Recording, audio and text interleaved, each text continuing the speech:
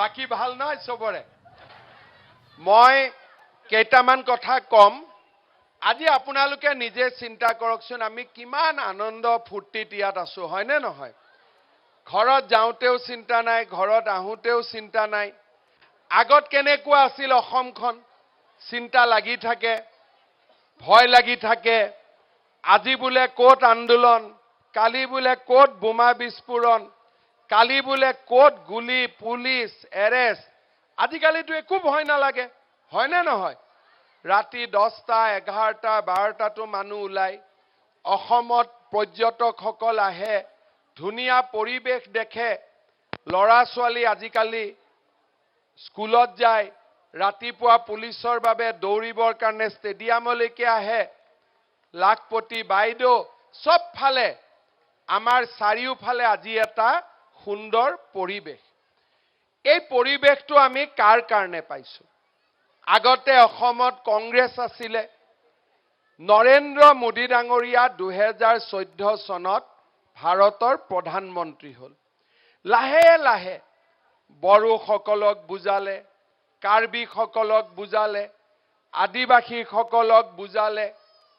আমাৰ লৰা ছোৱালী বিলাককো আমি ঘৰলৈ লৈ আহিলো আজি আমাৰ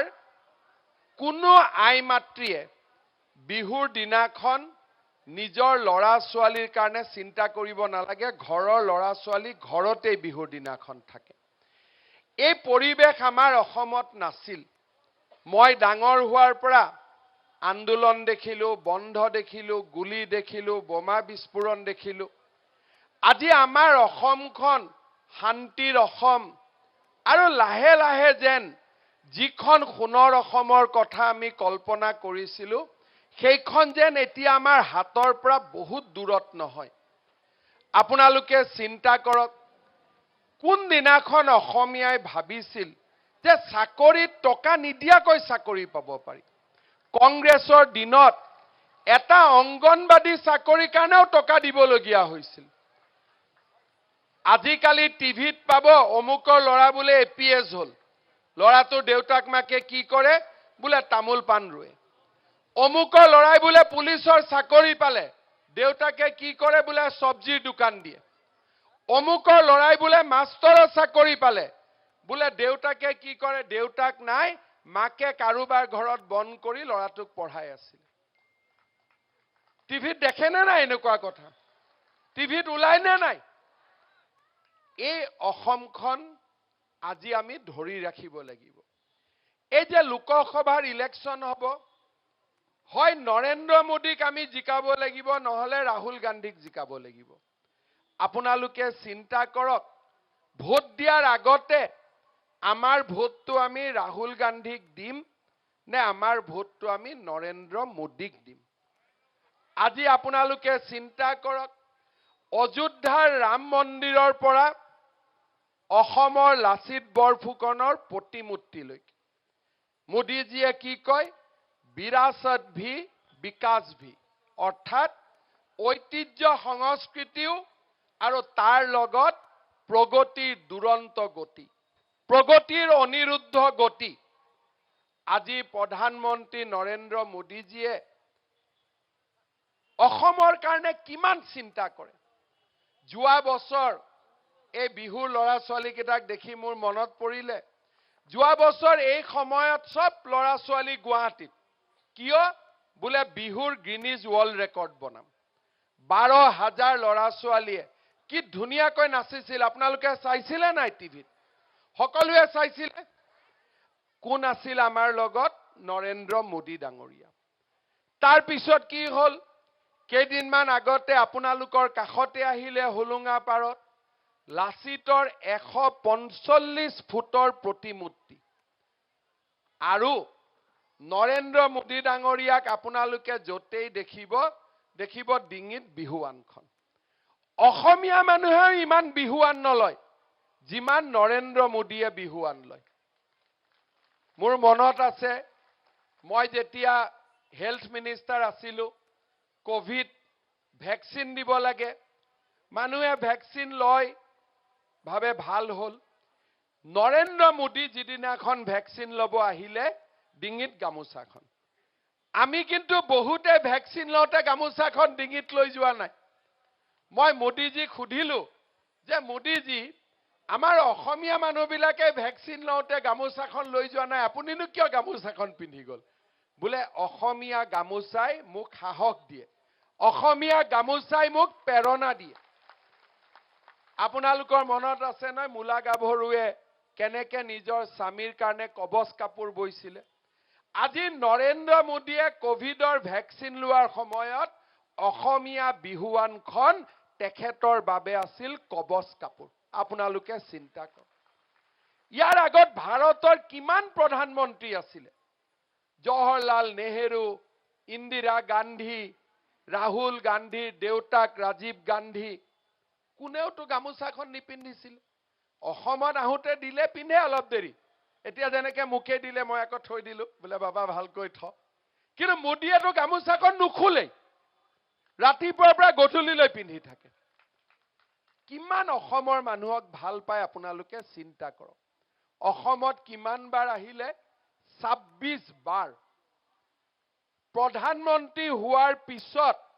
মোদী অসমত কিমান বাৰ আহিলে নৰেন্দ্ৰ মোদী ডাঙৰীয়া 26 বাৰ যোৱাকালি ৰাতি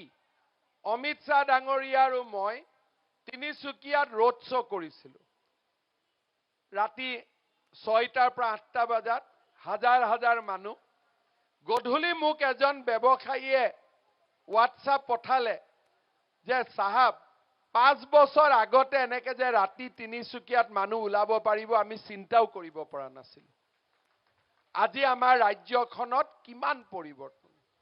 কেতিয়াবা কেতিয়াবা মানুহে কয় যে হিমন্ত বিশ্ব শৰ্মা এইবোৰ কি কৈ থাকে কেতিয়া হ'ব মই যেতিয়া কওঁ নুমলীগড় আৰু গহপুৰৰ মাজত সুৰংগ হ'ব মানুহে ভাবে সুৰংগ হ'ব নে দলং এখনো নহয় কিন্তু আজি আপোনালোকে চাওক এদিন মাজুলীৰ মানুহে কৈছিল ক'ত দলং হ'ব যোৰহাট মাজুলীৰ মাজত এতিয়াতো 26 চনত দলং উদ্বোধনে হৈ যাব দলং উদ্বোধনে হৈ যাব যোৰহাট তিয়কৰ মানুহ লখিমপুৰৰ পৰা বোলে বোৱাৰী আনিব লাগে নিমাটি দি যাওক কমলাবাৰী দি চেলেক ধুনাগুৰি হৈ বিপুৰীয়া যাওক বোৱাৰীলৈ ঘৰত আহি যাওক চিন্তা কৰিব নালাগে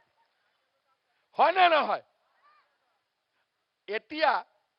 মই মাজুলীৰ ছোৱালীবিলাকক দেখিলে কওঁ যে দলং হৈ গ'ল এতিয়া যোৰহাটৰ ল'ৰাবিলাকে বিয়া কৰাব মাজুলীৰ ল'ৰাবিলাকৰ ভাগ্যত ছোৱালী থাকিব নে নাই